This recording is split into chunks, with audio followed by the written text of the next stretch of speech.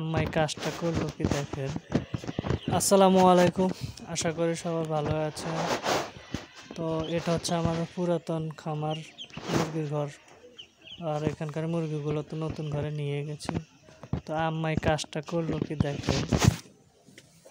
তো মুরগিগুলো নিয়ে মনে করছিলাম এটাকে একটু মেরামত করা লাগতো, মেরামত করব, কিন্তু আম্মু তা আর করতে দেয় নাই। হাঁসের বাচ্চা কতগুলো নিয়ে নিছে, এটার ভিতরে এখন হাঁসের বাচ্চা রাখে আম্মু। তো পুরো ভিডিওটি দেখুন।